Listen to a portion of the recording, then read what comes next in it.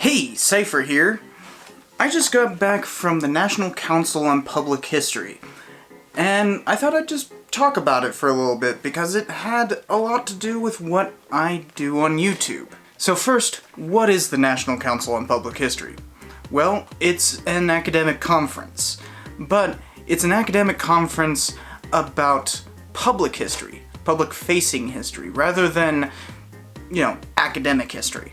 So a lot of it has to do with, like, exhibition and how to deal with the public as an institution, but then there's a lot of stuff about independent scholarship, which is basically what this channel is.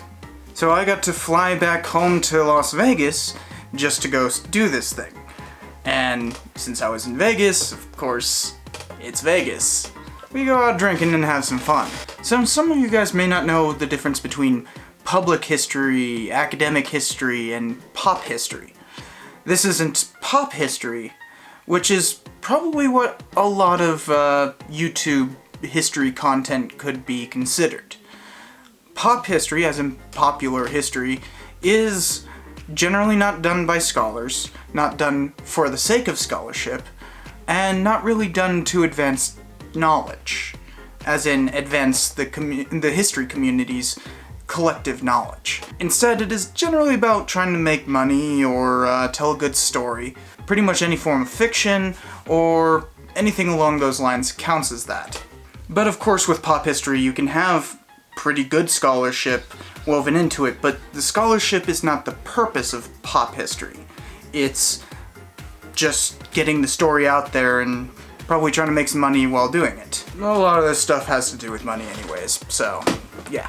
Academic history, of course, is, well, academic. It's set up to specifically talk to other academics.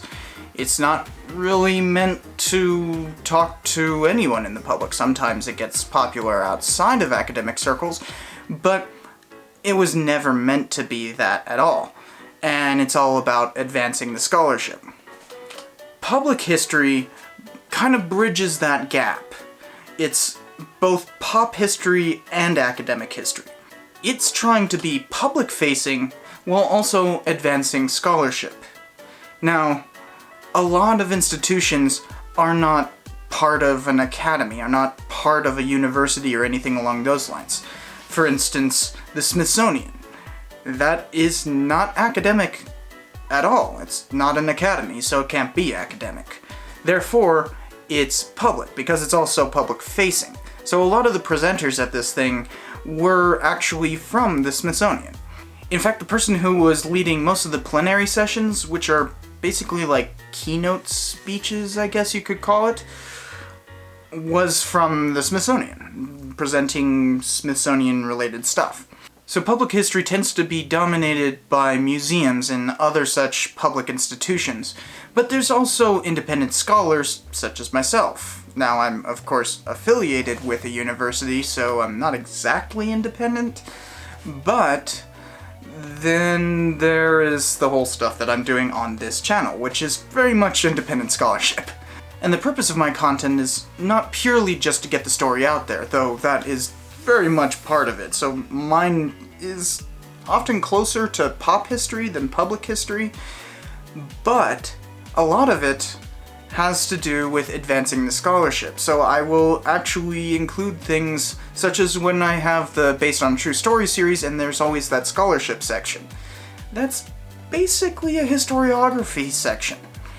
I worded it in a way that makes it sound more easy to digest rather than using historical jargon like historiography, but yeah, that's essentially what that section is. So it is trying to push scholarship forward. That's why I do the Based on True Story series. It's not about just analyzing the movies, but understanding these movies in a broader cultural context and how it affects the history profession.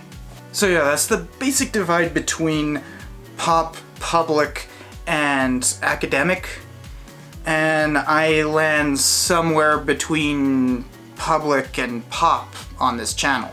And that's why going to the National Council on Public History was particularly important.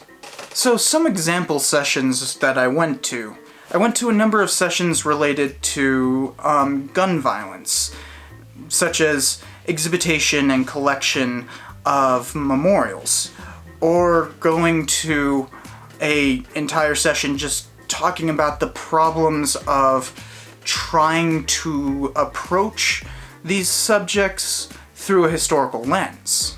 And as you guys know from a few of my previous videos, this is pretty much landing right where I've been recently in terms of scholarship because of the whole Las Vegas shooting. And this whole thing was in Las Vegas, so there's that added aspect. And really, there's some fascinating problems with all of this. For instance, how much contextualization do you need to give to memorials? Do you talk about a shooter that committed these crimes? Do you completely omit his name altogether? How do you tell these stories in a manner that doesn't hurt future scholarship? These are all open questions that the profession is dealing with right now. For while these kinds of public memorials go back thousands of years, quite literally, collection of them kind of started with the Vietnam War Memorial and have really taken shape since Oklahoma City. And now there's a whole new aspect of it with the internet as people do public mourning that is more public facing, using social media to post that they put a garland on a white cross. So these memorials have just grown exponentially with every tragedy. And that puts the history profession in quite a bind, because we've got to deal with this.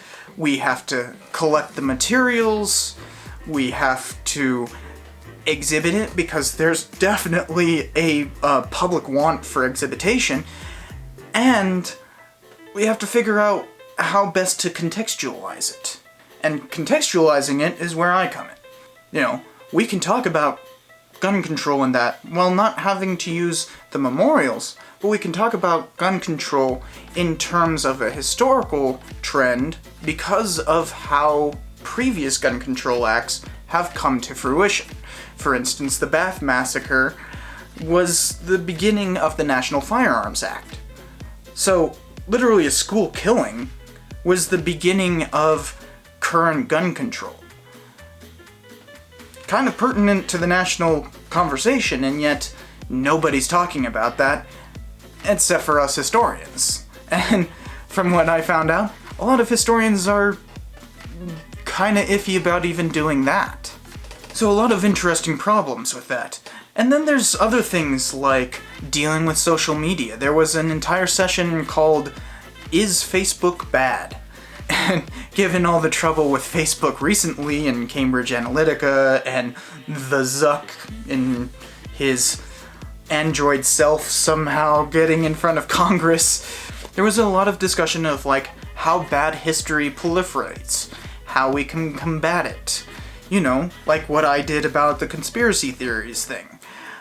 That is a very current issue. And a lot of historians are trying to use social media to crowdsource, for instance, create local history groups that will be able to get more history done through collaboration. And these are things that have to go alongside all of these bad Facebook groups, you know, like Black Confederates or Irish slavery things. You'll see these kinds of groups crop up. In fact, you remember that slavery video that I made a while back was actually approaching some of those issues. So the profession as a whole is trying to use Facebook while at the same time also trying to distance itself from these problems. It's a really difficult issue. So another interesting debate that's going on is the growing need to diversify the careers of graduates, because something that has been happening more and more with the history profession is that it's becoming more and more impacted. As in, there's more and more PhD graduates who are trying to get tenure-track jobs and are just not finding them. It's to the point that less than 50% of PhD holders in history end up getting tenure-track jobs now. Seriously, less than 50%. Now, a good chunk of them end up working as adjuncts, lecturers, any number of academic positions that just aren't tenure-track. But that's severely different from what it used to be. It used to be just a standard thing that if you get a PhD, you can probably end up getting a tenure-track job. It was never anywhere close to like 90% of graduates, but it was a heck of a lot better than it is now. So the profession is starting to try to deal with this. And of course, public history is trying to step into that because, well, there's a lot of jobs in public history. You can go and become a museum curator or anything along those lines. You can do what I'm doing, which is surprisingly rare for history graduates. And there's a bunch of ancillary things that you can go into. For instance, I know somebody who has a PhD in history who is currently working as a lead researcher for the Southern Poverty Law Center. I mean, yeah, history gives you the skills to research, right? That's like the whole idea. And our ability to, read a lot and comprehend that and turn that into usable data is something that a lot of employers want outside of the history profession. But it's becoming somewhat of a crisis that the entire field is having to deal with. What do we do with all of these graduate students if they can't get jobs?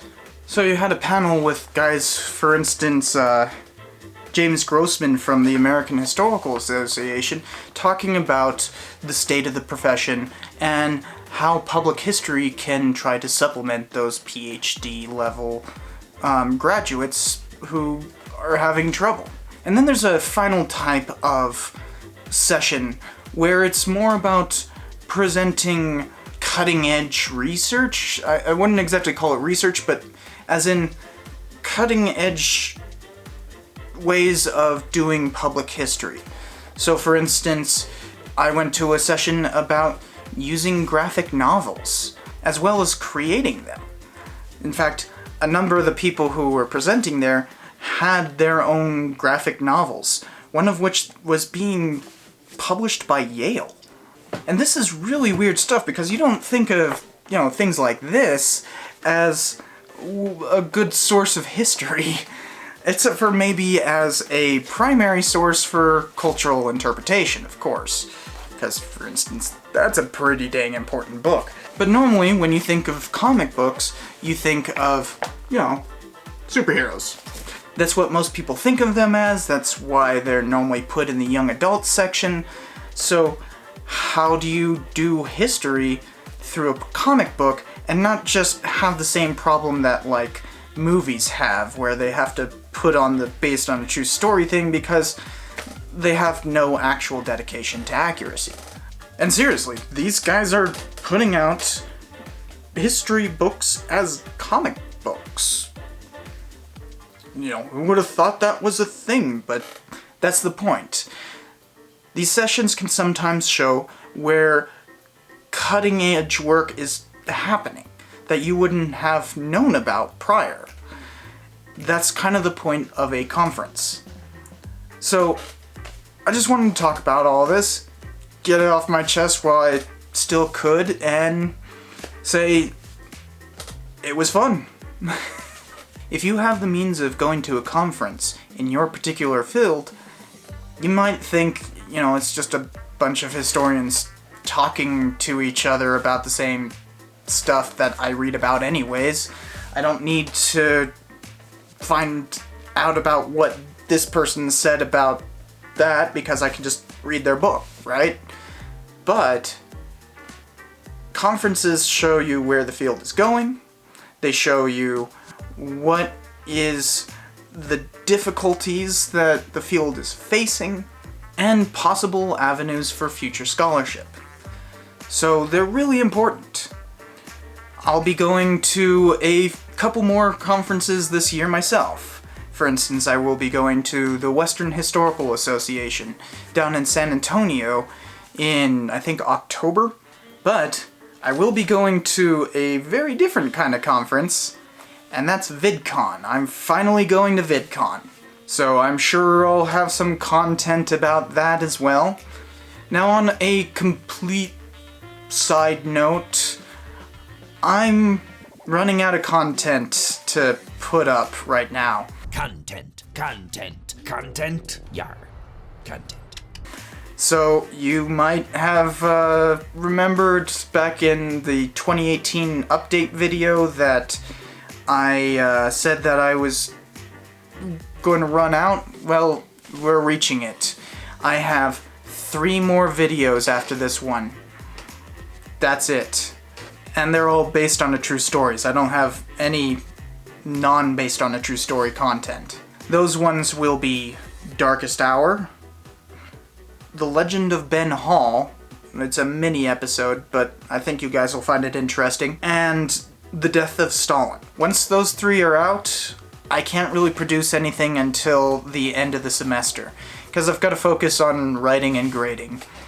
You know, schoolwork. Sorry, guys. Once the semester's done and I finally get through all the blue books, that's gonna be a long amount of grading. But once I'm finally done with that, I will start cracking out as many videos as I can so that we can get as many videos all the way through the next semester. But there will probably be about a month without a video.